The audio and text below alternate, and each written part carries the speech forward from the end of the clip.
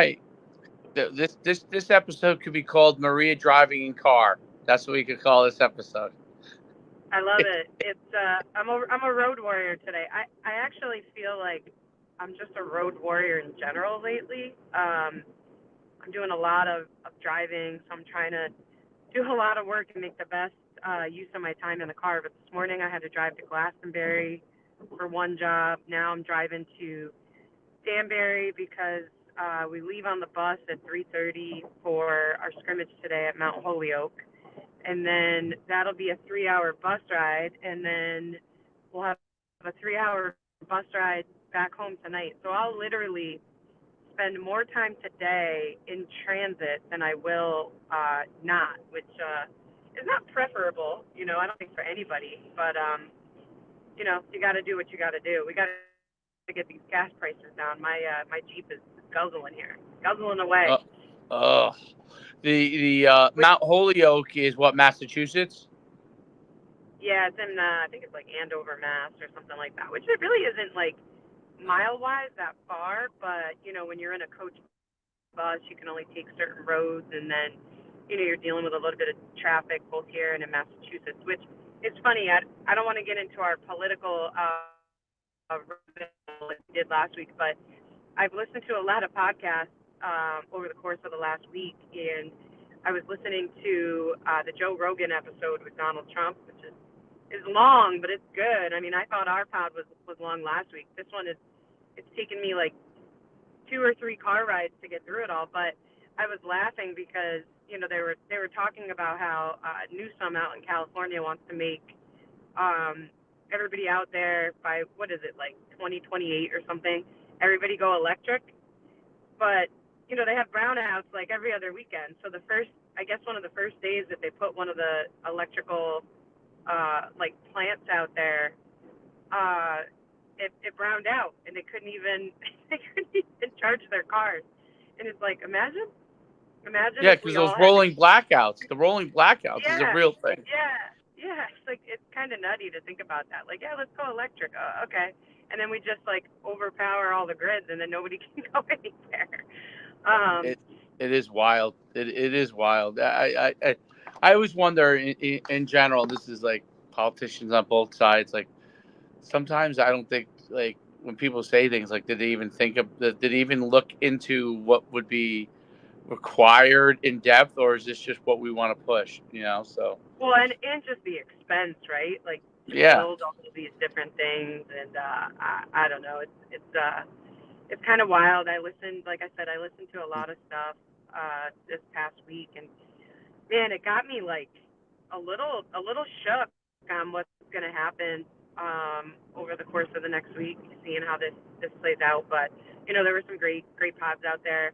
The one thing that I got brought to my attention a ton this week was the rally and the comedian. I'm sure you saw all of that. Yep. And Yep. I'm married to a Puerto Rican. My son is half Puerto Rican, so everybody was like, "Aren't you irate?" And I'm like, "Listen, like it's he's a stand-up comedian. Like, if you follow him, Yeah. was it in poor taste? Maybe a little, but like, I don't know. I find being called a Nazi like way more offensive out of it. Maybe I'm crazy, but it's been Yeah. an interesting past week from a political standpoint. So I guess we'll see. Next time we're talking, I guess we'll know how it plays out. But anyways, I digress. So let's talk some hoops. Let's talk what's Yeah. going on in the world. So we had another coaching change in the WNBA this week. 7 out of 12 WNBA coaches vacancies. 7 out of 12. I'm like scratching my head a little bit. I feel like some were great decisions, some were kind of like, really.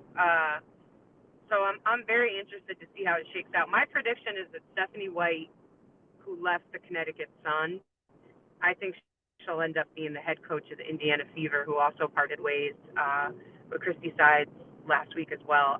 She's from Indiana. She played in Indiana. She was part of the organization.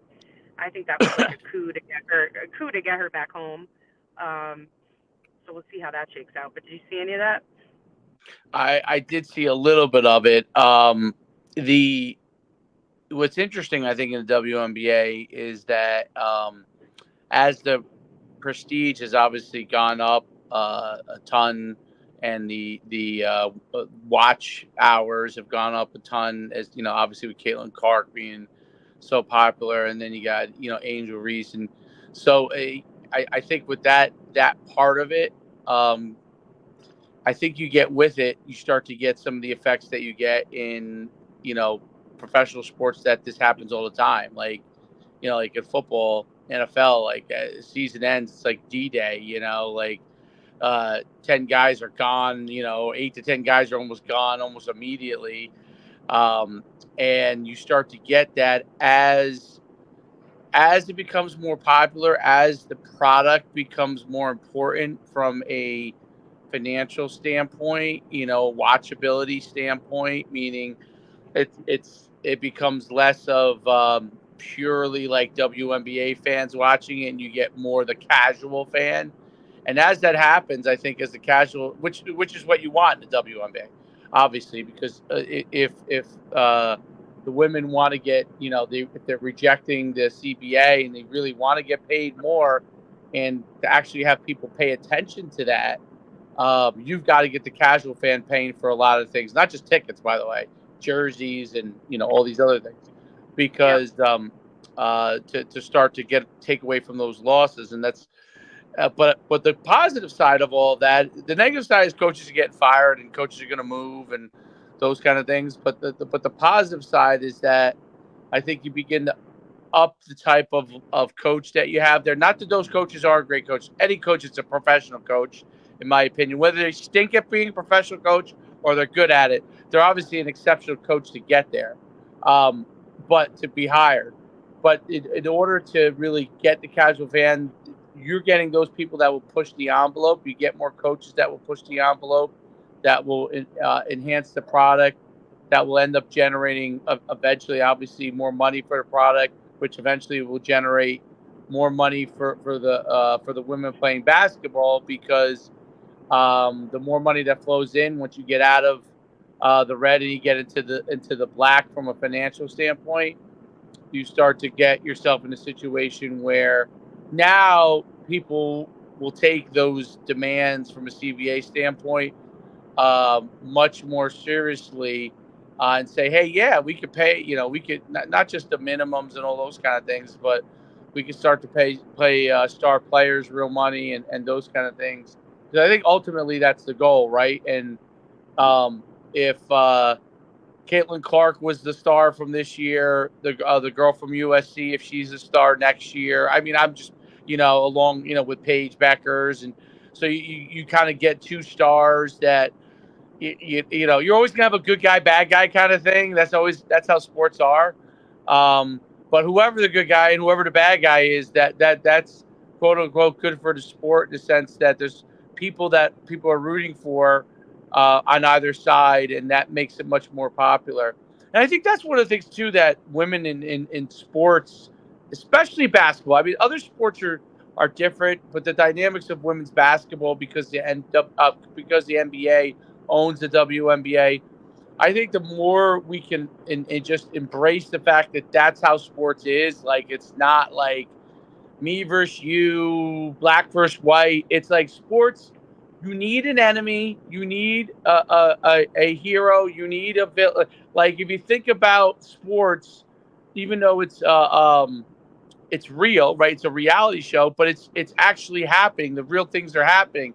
So what if fans, like, everybody has a team, and you go to the NFL, like it's funny because the NFL, you know, if you're a Philadelphia Eagles fan, you show up in Giant Stadium, like, people are gonna fight you. Like, you show up as a Giants fan and a Philadelphia Eagles fans, those people are really crazy, the Eagles fans, and they're gonna fight you. Like, now I'm not. That's not right. What I'm saying, I'm not saying it's right, but I'm saying that villain, enemy, hero is important to sports, because that allows people to watch it, and that gets ratings.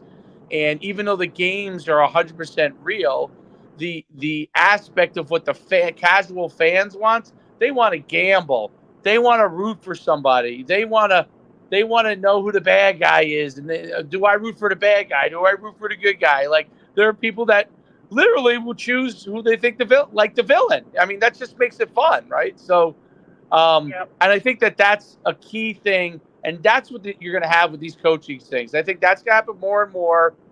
Um, and the more you get in the news cycle as a professional organization, the truth is that's what the NFL is. It is a never-ending news cycle. You go from the season, you go to the draft, you go to, it just never ends. You know what I mean? And to off season, I mean, it's never ends, and that's kind of what you want. Even though it's hard for the what I call the WNBA lifers to handle, that's what you do want in order to build the WNBA. Yeah, I mean, I 100% agree. I mean, I think it's all positive stuff. I mean, I think that, the crummy part when you look at 7 out of 12 is, I think that some really good coaches got let go that didn't really get a chance to build. Like I look at Teaspoon out in Chicago, and I think she's a great motivator, a great coach. She's smart, she's savvy. I think kind of that. I feel like that leash was just a little too short. Right. Some of the other ones I 100% agree with, but I look at it like this: is my only concern with some of those decisions like that was made is that how do you attract top talent coaches into any organization, for example, and Chicago is known to not be a great organization. Like they got some stuff there, right? They've gone through a bunch of different coaches. A lot of players want to request to leave there, etc. Right? Is how do you attract top talent coaches into these roles when the security is so not stable, right? The instability of some of these coaching positions is so great. It's like, all right, if you want to attract a Dawn Staley or a Gino Auriemma or some of these other really good top college coaches, you're not going to get them because why would they leave a pretty secure gig to go into a situation of insecurity? It's not, not giving people a chance to build. Because listen, at the end of the day, you also are a product of the players that you actually get. So it's a double-edged sword, right? Like you tank 1 year, so you get the top, one of the top draft picks in the next class. Well, okay, what if that's not a strong draft class, right? Or what if that's a top-heavy guard class and you really need a big, right? So there's so many variables there that I think get taken into account that I think it's tough. I'm hoping with some of these expansion teams and the talent that we're seeing coming up, like, I mean, I'm watching it. I'm in the thick of it with the youth. And, I think I've talked to you about this before. The kids that are coming up are so much more skilled nowadays than they were 10, 20, 30 years ago. Are they better basketball players? I'm not really sure. I would say no, right? Like, these kids could do a lot of stuff both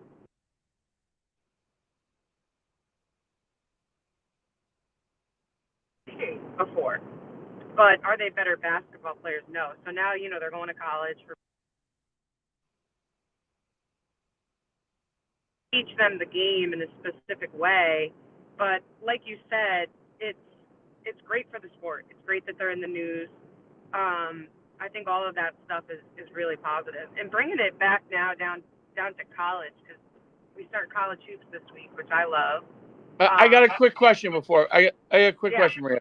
What does the head coach of the WNBA get paid right now? They get paid pretty good. I saw a salary the other day of a coach that I'll name. I won't name is making like $750, right? Like that's a lot of money to coach. In the WNBA where the season is let's call it 5 months. You're talking about half a year. Yeah, they're out recruiting. And by recruiting, I mean evaluating college talent to figure out who they want to draft. So is it really a 6-month job? No. But I'm talking about grind of traveling in practice. You're talking 6 months. That's a great gig. So yeah. So I think the one thing before we talk about college, one thing that I think from a coaching standpoint, and this to me is just um, because being in like football, which is so cutthroat, has gone through it. Like where you used to have stability, now there's no stability. That's the biggest thing that I think WNBA coaches or people who aspire to be WNBA coaches are going to have to kind of get used to is that this job is not a stable job, and that you got to get a bigger pool of excellent girl and women basketball coaches that are moving through the ranks, um, to be able to get more people that are comfortable with that world. Because I would liken like where the WNBA is to where like football was back around like late 90s 2000, right, where those guys wanted 4 to 5 years to build. Even the pro guys, very rarely did you fire a guy early unless they did something obviously incredibly wrong or just competent, right? Yep. And as money went from being good to unbelievable, they got the pool became bigger and bigger and bigger of guys trying to become coaches, from the bottom ranks all the way up, and it kind of pushed younger and younger, too. And as that happened, uh, people started to kind of get used to the fact that that's how it is. There's no doubt it's very hard to build a program. No one would ever disagree that it's hard to build a program without having time, but that is going to become the norm because, um, if you were to say, okay, to the average person, that's how people think about these things. Okay, if you could be the WNBA head coach and get 750 and you were fired after your second year, would you do it? That's how the casual fan looks at it, is like, heck yeah, right? So that's how eventually ownership and the whole entire system becomes. So my belief is that as money becomes the biggest thing in your system, which there's a double-edged sword to it, right? The one side is everyone gets paid more, Yep. which is phenomenal. The backside of that is job security goes away. That's not just coaches, but players too, right? So that becomes the norm, and that's how the norm is now in like football. And probably I'm sure men's basketball is probably the norm like that too. We're becoming more and more norm like that. And I think as that becomes the case, it becomes very good from a financial standpoint for the people that are involved in it. The industry grows, more people are having jobs. No longer are they taking people who work for the NBA team in New York and flipping them over to the WNBA team, right? Flipping them over to Liberty, like that no longer starts to happen. You don't have even if there's still dual ownership, they're developing more and more their own entities. But the backside of that is if you don't succeed, they're going to demand success. They're going to demand profitability, and I think that's it's always to me if you want all this to happen, there's a great side to it, which is glory, success, financial success. The backside of it is instability, um, people yelling at you, uh, people, like what happens to poor Daniel Jones, who's not playing that well from the Giants. People are going up to his car, and while he's after the game, the poor guy, listen, he's not playing great, right? But like people shouldn't be coming up to his car after a game, right? So, um, Yep. but those lines begin to get like blurred, but that's kind of goes along with being right, like uber wealthy. I mean, it's no different than when we briefly talked about the presidential race. Like, you want to run for president, like your whole world's opening up. Like, no matter what side of the fence you're on, that's just how it is. So so you're Yeah. gonna have I to be mean, able to handle it. You know. I think that what people, in my opinion, lose sight of, right, is that everything is about performance and excellence, right? And there's no job out there, right? Professional athlete, all the way down to an engineer, all the way down to, the person who's making my coffee at Dunkin' Donuts, right? If you're an owner and you own a business and you're putting out a product, right? Or you're in customer service, the expectation is that you do your job to the best of your ability, right? And you get performance reviews and just about anything, and whether you own a restaurant. And I see it on all different angles. Being an entrepreneur myself, is that like I'm really intentional with what I put my name on, and who I associate myself with in terms of partnerships in my product, because at the end of the day, that's all you have. Right. And I think that with some of these coaches and some of these athletes, now it's at a different scale. Everything's scale. So the kid that messes up my coffee at Dunkin' Donuts repeatedly, is he going to necessarily lose his job? Probably not, right? Like, okay, get my coffee right, or I just go to a different Dunkin' Donuts. All the way up to an engineer, where it's a little bit more important. You're building, I'm in Connecticut, so I'll use Sikorsky as an example. You're building aircraft. You mess something up, that's like a really big deal. Now, is that going to be all over the media? Are millions of people going to hear about it? No, and your performance is still really, really important. And I think as an athlete, you're living in a fishbowl. I mean, I remember playing at UConn. It was like, you got these people on the internet, these trolls, or they called it the boneyard back then, and like Yep. the things that they would say about 18, 19, 20-year-old women was awful, and I don't go on there. I'm sure it's still around, and I'm sure some of the comments are still awful, but there's a different expectation level because people have access, right? And now people have access more than ever. So the judgment is higher more than ever because the expectation, because of the accessibility, is so much higher. So, now, do I feel bad for Daniel Jones and what they did to his car? Yeah. If I'm Daniel Jones, I'm annoyed that happens, but guess what? I'm making a lot of money to do what I'm doing. You can kind of swallow that pill a little bit, right? Like, so I do think that with the fame and with the more money you make, the bigger, the more of a fishbowl you're living in, because you're constantly being judged by that performance. And I love that the WNBA is getting to that point where there is scrutiny, because there's been times where, like, a coach could coach in the WNBA for 10 years and not make the playoffs, and they're still the coach, right? Because there was no bench of other coaches. And, all right, I got this person in, and it's like, why are we going to rock the boat? Does it really matter? Do people care? And the answer was no before, right? Like, that answer was no. Now it's no. We want access to the profitability that some of these other franchises are getting. We want results. We have people in the stands. Nobody wants to support a loser, right? And I say,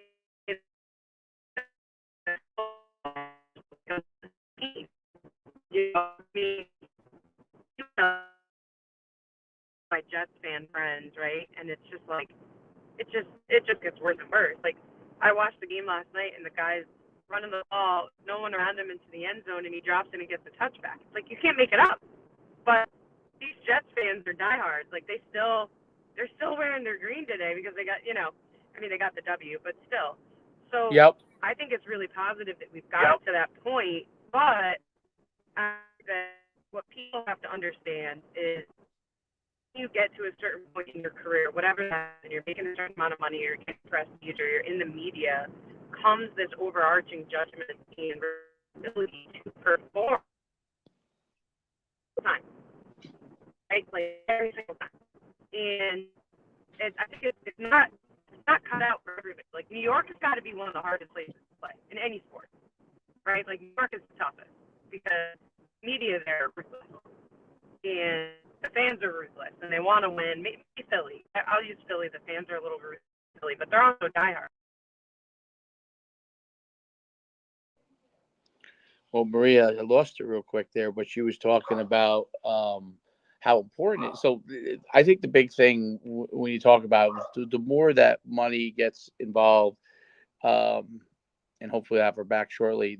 The You got to take your ego out of how you think it should be, and it becomes an unemotional process, which I'm not sure that is it's not the greatest thing, but it's part of what enables you to be successful and to be able to drive forward is that unemotional process of being able to get better. And I think that the pool that they start to get at the WNBA level, um, as that there we go. Let me get back here. Hold on. Gotcha. You're back. Yeah. So, anyways, let's switch gears to college basketball. Sure. I was reading a really cool article today about the contrast and similarities of Gino and Hurley, and it's kind of funny. I never really thought about it till I read the article. But you got one guy that's like young and not he's not starting his coaching career, but like at this level, he's pretty young. He's had a lot of success. And then you got a guy who's coming up on his 40th season, which is just crazy ridiculous. Who's got 11 national championships, all the accolades, blah blah blah. And these guys, these two, who are basically at the top of their profession, and they're literally a hallway apart. And what I thought was really cool was in the article they were talking about how Gino is entering his 40th season, and he goes down the hall to watch some of Hurley's practices to see like what he's doing. And I think that it's overlooked that I think the people that are getting the success that other people want, they are lifelong learners, right? Like he's already doing it right. He's already done it right for many years, but he still wants to get better. Is just kind of amazing to me. And they're very polar opposites. And in the article, they mentioned that they were interviewing Benedict, the AD, and they said, I wasn't around when Gino started, but I imagine that his personality and the way he was is probably really similar to the way Hurley is now, which I never really thought about, but it's so true. Like when I hear stories, or I go to practice now and I watch, and the difference in the style of coaching for him is so different. Like we laugh, we're like, these kids get away with murder. Like practice wasn't even that hard today. Like it was grueling back then. I remember my freshman year, we had a 4-hour and 15-minute practice. Now, can you imagine going 4 hours and 15 That's minutes? incredible. Like just doing anything athletically, right? That's a long time regardless. But to do it in the way that we had to do it in regards to the way he ran his program and the way he coached and the way he ran practice, like I laugh now because like if we go over 2 hours, like kids start to get a little like stir crazy and whatever.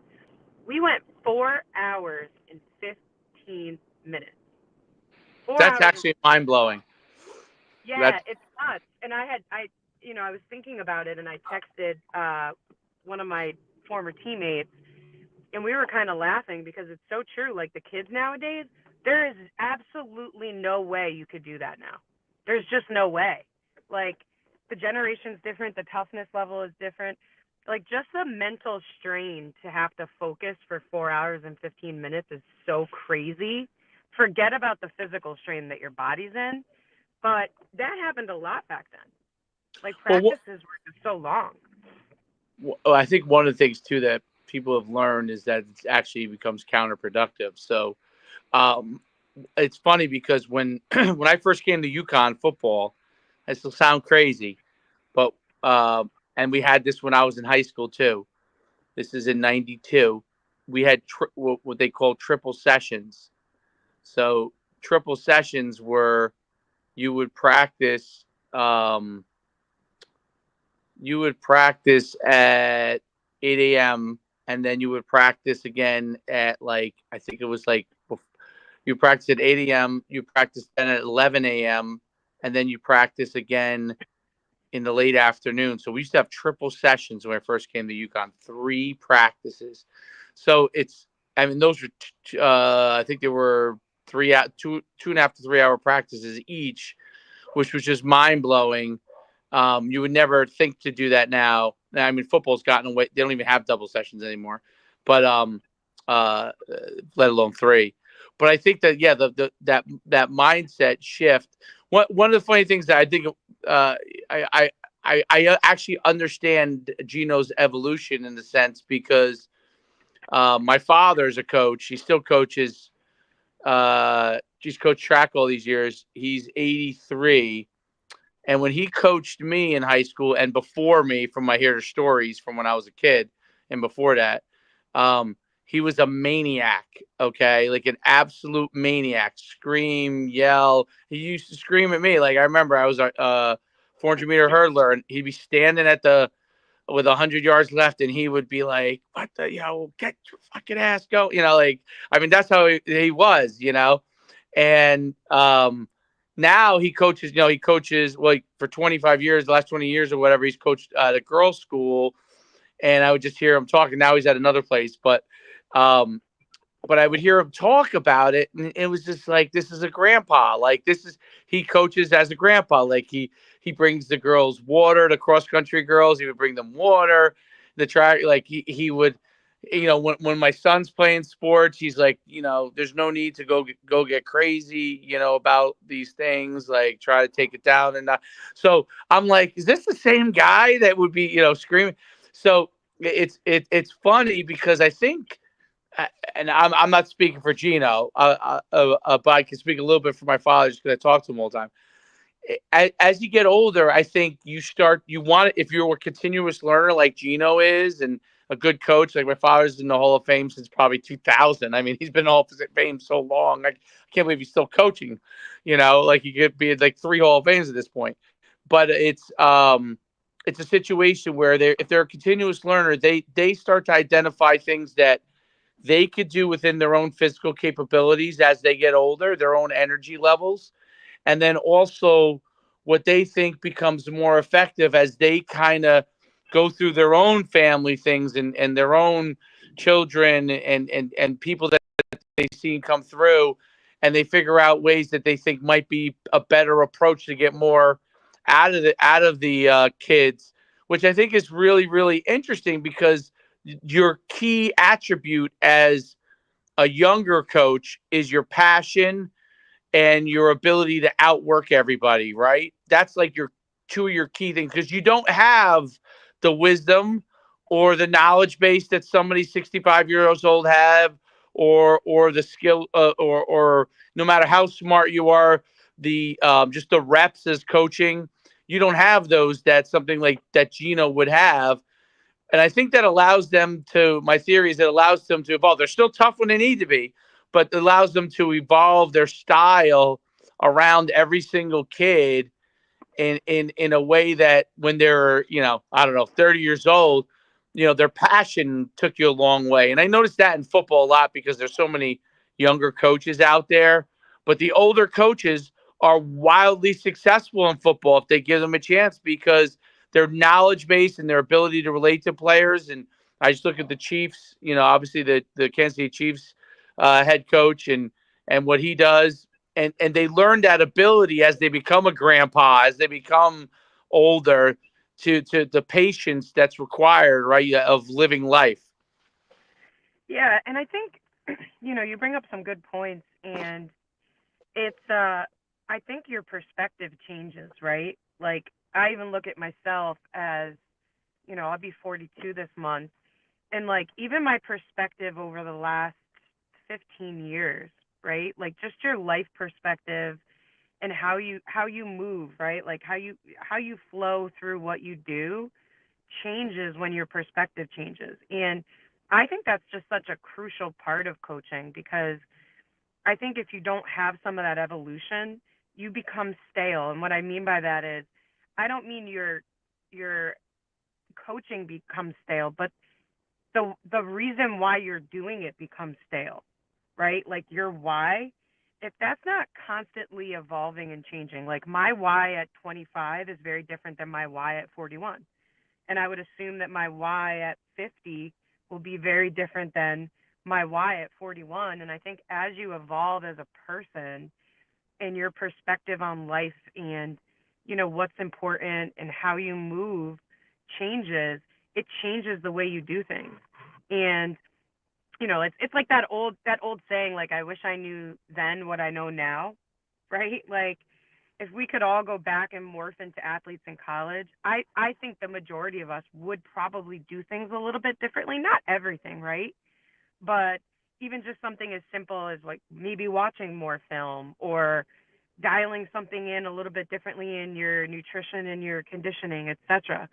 The things that you learn as you go through life change all of that. And that evolution is so important. But you do kind of run out of, I don't want to say you run out of energy, right? Like, I'm constantly trying to figure out, like, how do you still have that fresh energy feel and look now versus 10 years from now?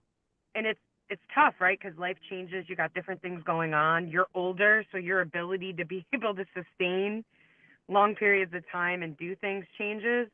So it's like, how do you stay young?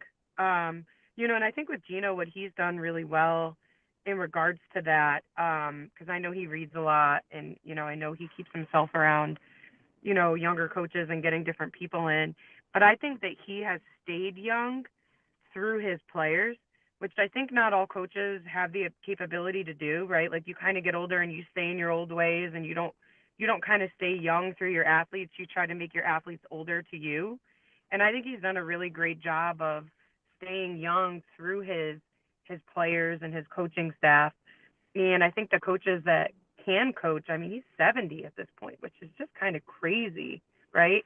Is, you know, he still, when I watch him coach, he still seems young to me, but very different in the way he approaches things.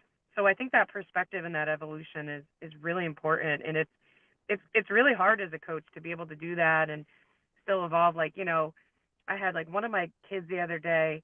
I asked them how they were doing in school, and they were like, I'm doing good, and a couple of subjects I'm doing great in, and then these other two subjects I'm cooking in. And I said, oh, so you're doing great in those? And she was like, no, no, no, coach, cooking means like I'm getting cooked by the class. So when I hear cooking, I'm like, oh, I'm cooking this person, like I'm destroying them, right?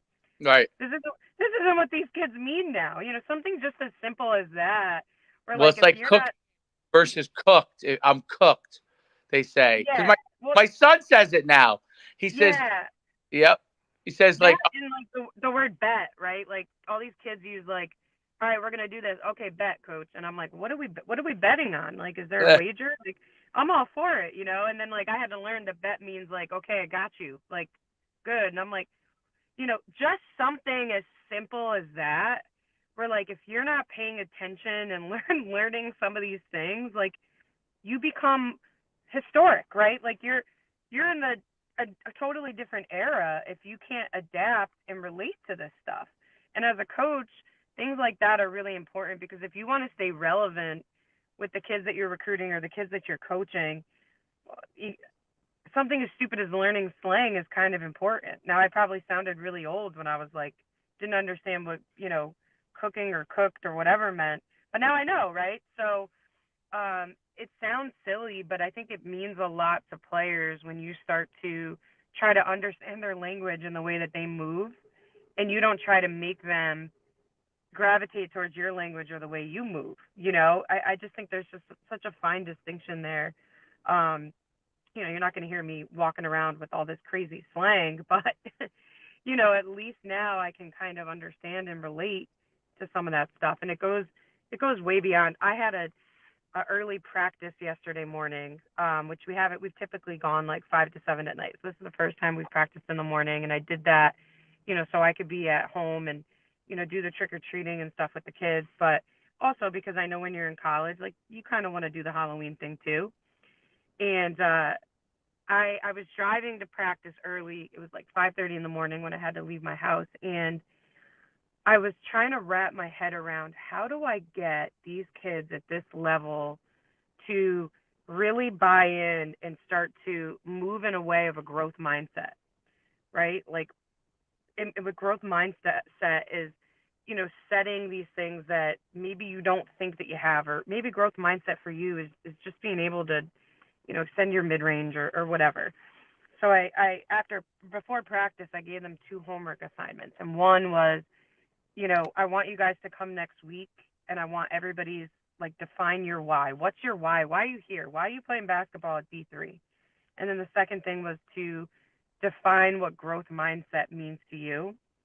So I'm really excited. I think, maybe next week I'll have, some of these papers and get that perspective. But I think what I'm going to be shocked by is the difference between what I think a growth mindset is versus what they think a growth mindset is.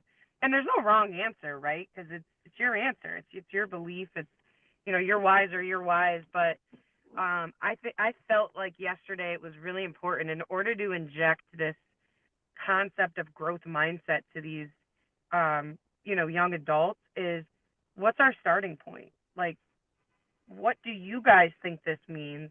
And then let's start to talk about that. And I guarantee that my seniors will have a way different answer than my freshmen, right? And that those will be all very different from mine.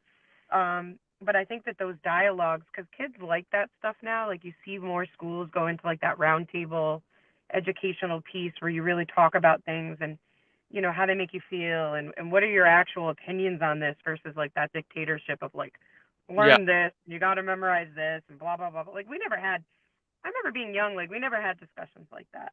And that would always bother me because I was like, I don't necessarily agree with this thought process. Or maybe I want some more information on it. And it was like, all right, well, I'm just going to memorize what they want me to and I'm going to learn it. I'm going to answer the questions right. But I still have a lot of questions myself. So I'm trying to get my team now to get to that point of let's have these overarching conversations and understand how each other moves and what our goals and objectives are and find some common threads between all of that will kind of be our identity as a team. Um, so I'm really excited this next week to read some of these, and they probably hate that I gave them more homework than they already have, but it should be a pretty easy assignment. So Yeah, I think kids too are young adults today are much more visual in how they learn things. So memorizing stuff is much harder for them because school wise they're not expected to do a lot of that, but they're expected to. They see it. They play video games. They play like everything they do is much more visual. It's interesting how they learn versus that. And the growth mindset thing, they all now, especially once they get to a certain age, like okay, they go on YouTube and they're if they're like an athlete, they're looking at these things. yep, So it's something that they like. I mean, if someone said to me growth mindset when I was like 18, I don't even know. Like, I would be like, where do I want to be in 5 years? Like, what do you mean by that? So, yep, but that's much more talked about now. It's the same thing as like I say, like when I see like football, like guys like Derek Henry talk about how he eats real healthy. Like you didn't hear football players talk about that 20 years ago. So no, just the way that they all think about things now because they have so much more access to information, like they're trying to fuel their minds and their bodies, especially athletes today, to try and figure out how they could be more successful in what they're doing, how they could do things more efficiently. They'll go right to YouTube to get any answer or Google to get any answer that they want, and but that allows them also to read on things in their way, whereas like Gino, right, is gonna pull out a book on uh, you know John Wooden, right, and read those things. They're gonna watch a video. The kids are gonna watch a video on something that John Wooden talked about, right? So they might be educated on it. And I would say it's so funny because like there was a time where kids knew who maybe the new athletes were, but they forgot who the old school athletes are. But they now know who the old school athletes are because they have YouTube and there's so many videos on them. Like and they have like sports cards and all these different things. So like my son knows who Bo Jackson is, right? Like knows who like but there was a gap period when the internet was just kind of starting, right around like from when you enter college to maybe about like 2010, 12, where they didn't really know a lot of past athletes because that information wasn't yet as readily available, and they were into the modern athlete. But now they know they can get history on whatever they want. They literally can get history on everything, and I think that makes it cool. So they can pattern their games after. A kid could go watch Larry Bird or Magic Johnson and pattern their game after somebody like that from the past, which you would not have been able to get 15 years ago. That ability to do that, because you just wouldn't be able to pull up enough archives on it. You'd have to wait for something to come up on TV, on the NBA network or something that showed those guys, right? Where now you type it in. I When I first taught my son basketball, I kid you not, I you know I wasn't a basketball player, other than playing intramurals. I wasn't a basketball player, right? So I talked to like Shane Stafford, who I knew played football with, and he was like, start with him layups, and so I started all that stuff. But then I was like, well, I'm going to develop skills with him before I start sending him somewhere.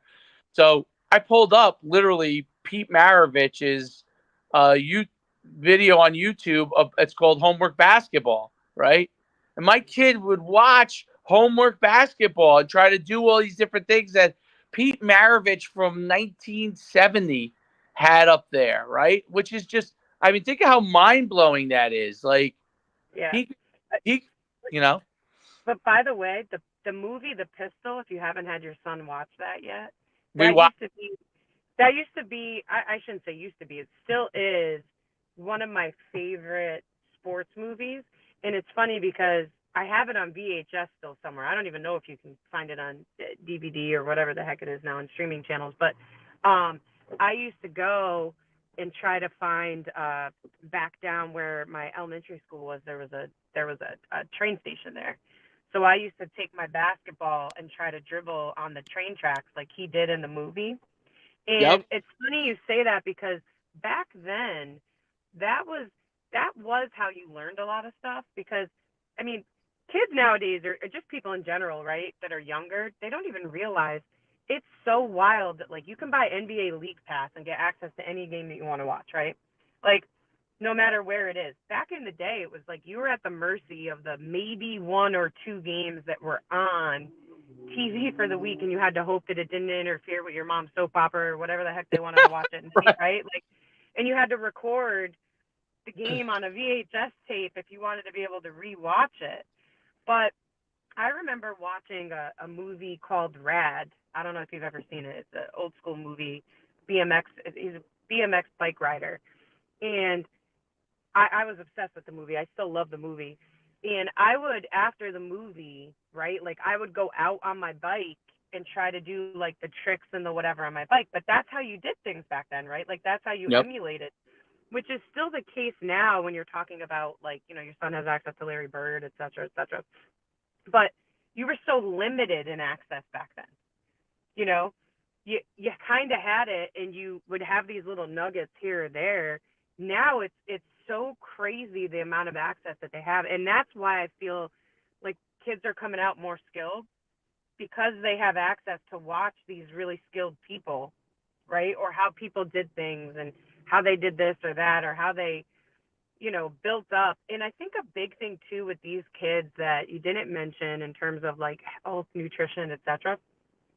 These kids are more focused on longevity Yes. than they ever have been before too, right? Like, you see a guy like Tom Brady who plays as long as he does, or even a guy like LeBron James, and who knows if these guys are taking HGH or whatever the heck else they're taking. I'm sure they're doing something, either that Right. or they're just freakazoid genetic specimens, which could also be true. But Right. there's such a bigger focus on longevity now. Is like, okay, I want to be really good at my sport, but I also want to play my sport for a long time. If you think back in the day with football or basketball, right? Because those are our two sports. If a guy played 10 years in the NBA, that was like a long time, right? If a guy played football for 8 or 10 years, that was a long time, right? Like their bodies couldn't sustain what was happening back then. Like look at Larry Bird. I mean, how many years did Larry Bird play in the NBA? Maybe 15? Right. I'd have to look that up. Like maybe. And by the end of his career, I mean, he was basically limping around on the court. I mean, this guy was Right. beat up. Now, the game was way more physical back then than it is now. So I think that plays a part in some of the longevity. But that was like unheard of. And then, you play for 10 years, then you got to figure out what you want to do. You got to make sure that the money that you just made over 10 years is going to last forever. The endorsements, all that stuff wasn't around. The ability to play for 20, 24 years in a professional sport would be unheard of back then. You're right. Completely unheard of in any sport. I don't care what it is.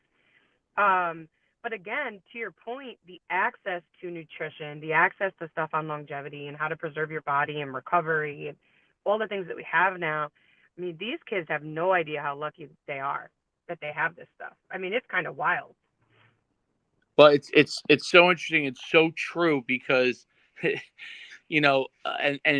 we had mentioned at the beginning the Joe Rogan, because of his podcast, has had such an impact, at least on young men. I don't know if it's had the same impact on women, but young men definitely. When I go to the gym, I go to Lifetime Fitness, and when I go there, let's play like this. In the old days, when there was a sauna, nobody went in the sauna. They went in once in a while. Now that people know the sauna is like helpful and cold plunges are helpful and stuff like that, um, when I go in the sauna. First of all, the sauna is packed with people. It's almost like a weird experience. Okay, a bunch of guys sitting in there, and for me, it's just like, wow, this is crazy. And then you go in there, and um, it's not old guys. In the old days, it was old guys, that sat in the sauna. It it's young people that are in there. There are young people in the sauna. That's people from 25 years old to 75 years old, which is just, to me, it's mind blowing because um, 25 years old people are thinking about longevity. They're going in the sauna at 25 years old and thinking about, can I live longer? So it's the same thing from an athletic standpoint. So if just the average person is thinking about how their longevity is, you Yep. can't believe how many young people are Oh in. yeah, and then you add in like the red light therapy stuff, Yep. and it's not even just longevity anymore. It's how do I look younger longer? Yes. You know what I mean? Like I look at some people now that are maybe 80. They look 100. Some of these people, right? But when I look at a 60-year-old right now, a lot of them look like they're still 40, Yep. right? And you got 40-year-olds that still look like they're in their 20s or their 30s. So it's not even just from a health standpoint, it's from a physical appearance standpoint. And it's really wild. And by the way, I just looked it up. Larry Bird played 13 seasons in the NBA, and I would say the last three, right, Were aching and just not great, right, from a physical health standpoint. So you have 8 to 10 solid years. Larry Bird, one of the greatest of all time. So think about that, right? And That's LeBron James is coming up on his what 20th. 20. Diana Taurasi just finished her 20th season in the WNBA. Like, it's crazy, and I think that we're going to see that just kind of lengthen out, right? And listen, right, mortality rates, because I'm in the insurance and financial world, right? So I deal with this from that side. Think about this. This is a crazy concept, and I talk to clients about this all the time because I still don't think like the people that are transitioning to retirement still had parents that were baby boomers, so their brains are just still stuck on that.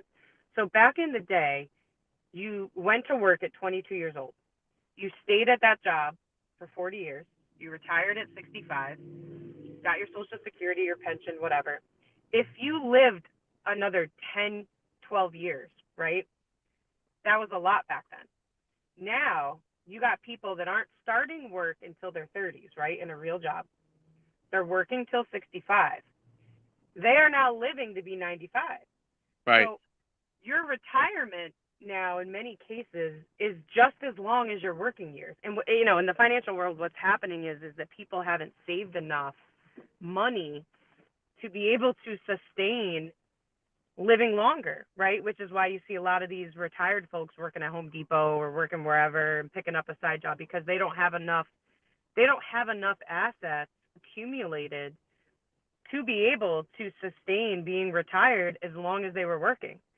And when people talk about, will Social Security still be here and blah, blah, blah, like I deal with that question all the time. And I think the answer is yes, like in some way, yes. But the strain is not necessarily on, is it going to be there? It's, are we going to be able, like, when all of these kids that are coming up that are going to be living to 95, 100 years old, and all these people are collecting Social Security at 65, 66, 67, whatever, how are we going to pay all of these people for another 30 some odd years Right. through the system, right?